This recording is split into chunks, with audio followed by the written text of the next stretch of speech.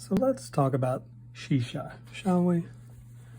Here it is. This is the Persian mirror work, traditional in northern India and other parts of South Asia, where you embroider mirrors on top of fabric.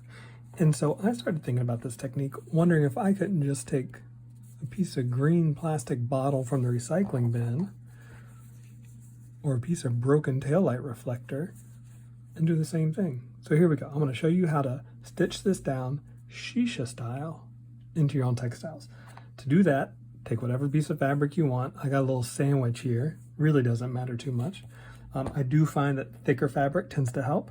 That way the fabric doesn't curl up. You see how this curls up a little bit?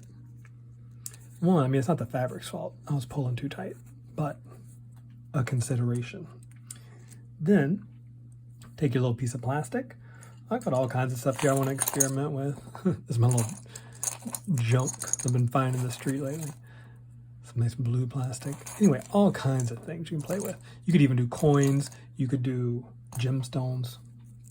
I'm going to use a little piece of plastic. Now, for thread, I love this candlewick yarn from a home state in North Carolina. You can see the approximate weight of it. So, you know, it's a thicker thread. So something along those lines. Now, the first thing we're going to do is we're going to get ourselves situated.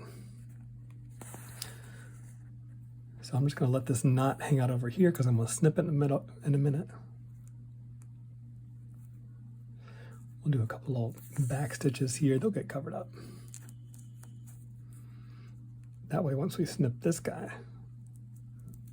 our thread won't go anywhere. The smaller the back stitch, the better. And just make sure you catch all the layers. Okay. Now, we're ready to roll. First step is to build your frame, and you gotta do that twice. The first time you're gonna do it, you go, if this is center, I want you to go just to the right of it a little bit. So you're gonna do a long stitch just to the right of center. See that? And then you're gonna do a parallel stitch just to the left of center. Come on now, try to get as close as you can to your disc. It's gonna be a little bit fiddly in the beginning because everything wants to slide around. Don't let it. Be careful when you pull your thread. You don't want it so taut that it begins to curl up. Just firm enough to hold things in place. Okay, we're gonna finish up that long stitch and we're gonna do 2 more perpendicular to those. Again, just off of that center line.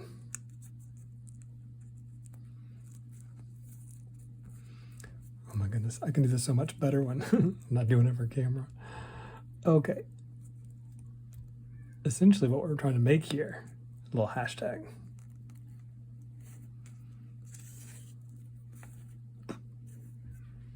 Okay, see this? And then one more parallel just off of center. And the first frame is built. But remember, we need 2 frames. So to build the second frame, we're going to do the same thing, but now on a diagonal. Again, working just off of center. So if this is our new center, my first stitch is going to come over a little bit to the right.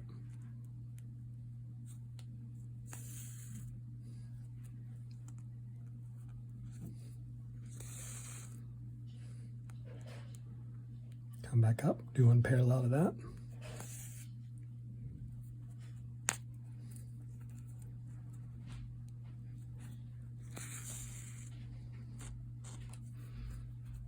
Okay, and then we'll do 2 more, and that'll complete our second frame.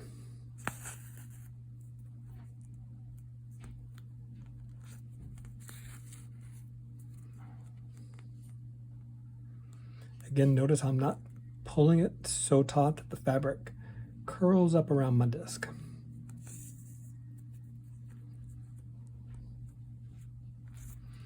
Okay, now with this long stitch, we should have 2 interlocking hashtags. See that? Now, it's this center hole here that we're going to work with. Every stitch we're about to make is going to go through this center hole. Now, I know that looks small now, but each of these stitches that we make are going to pull that opening open just a little bit wider. So here we go. Now, where did I leave off? Right there. Okay, so come up right along the edge.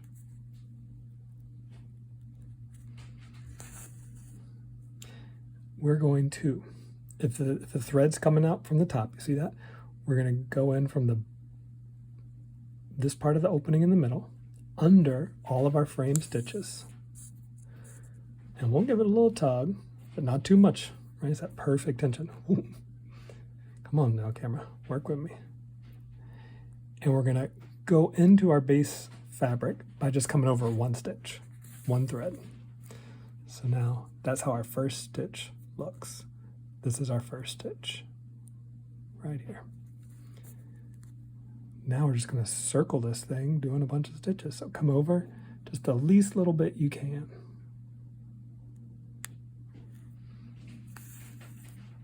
Same thing, go up and under all of these frame stitches, and then back down as close as you can to where you came out from the fabric.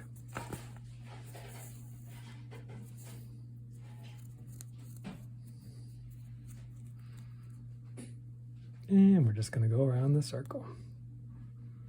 Come back up. And through the frame. Back to the back. And you can begin to see how the stitches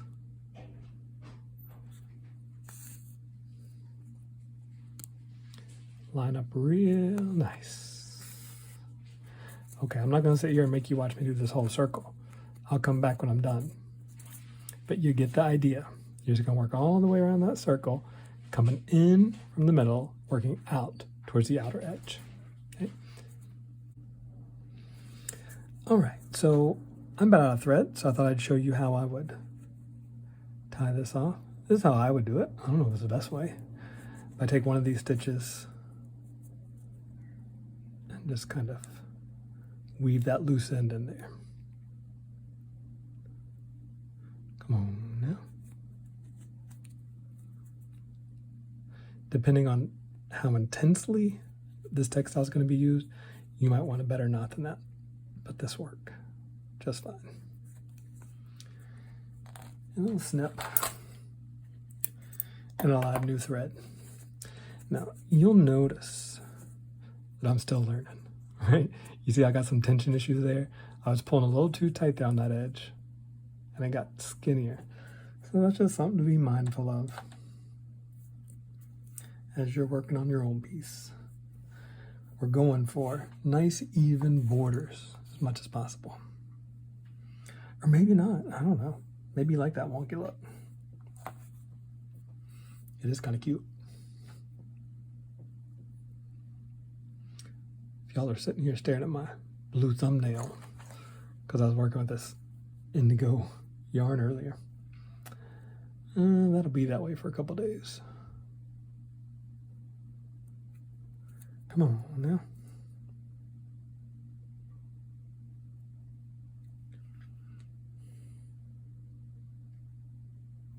There we go. Okay, to start a new thread, same as before. Do a little knot in the end, a little quilter's knot, and you can anchor it to the side and come up where the old one left off.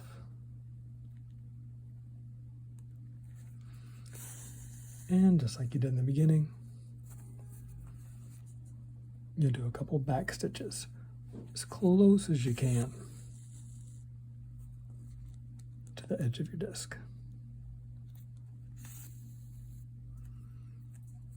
That'll anchor it down, that'll secure your thread so that when you're done with the project you can snip those knots and nothing will go anywhere. And then you just carry on till you either run out of thread or get to the other side.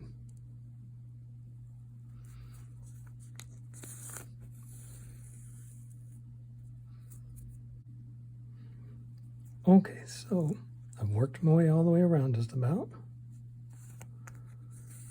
Maybe not my neatest Shisha ever, but it'll give you the idea. One thing I notice is moment. Sometimes the first stitches look a little bit sloppier than the ones I make after, once I get my rhythm going. So sometimes I'll just do a couple cosmetic stitches on top. Hide that mess a little bit.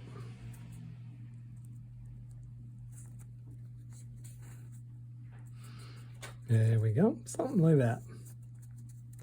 Okay, now to tie off, you'll do the same thing I showed you just a moment ago. You just kind of, I'm telling you, you try to do this kind of stuff. Looking through a camera sometimes, see how you do. It's funny how much harder it is. There we go, okay. So what I'm doing is just kind of weaving that thread through all those knots I just made. And if I really want to secure it, maybe I go back the other direction. Just weaving that tail in and out. Now we can snip that. We can snip our anchor knots.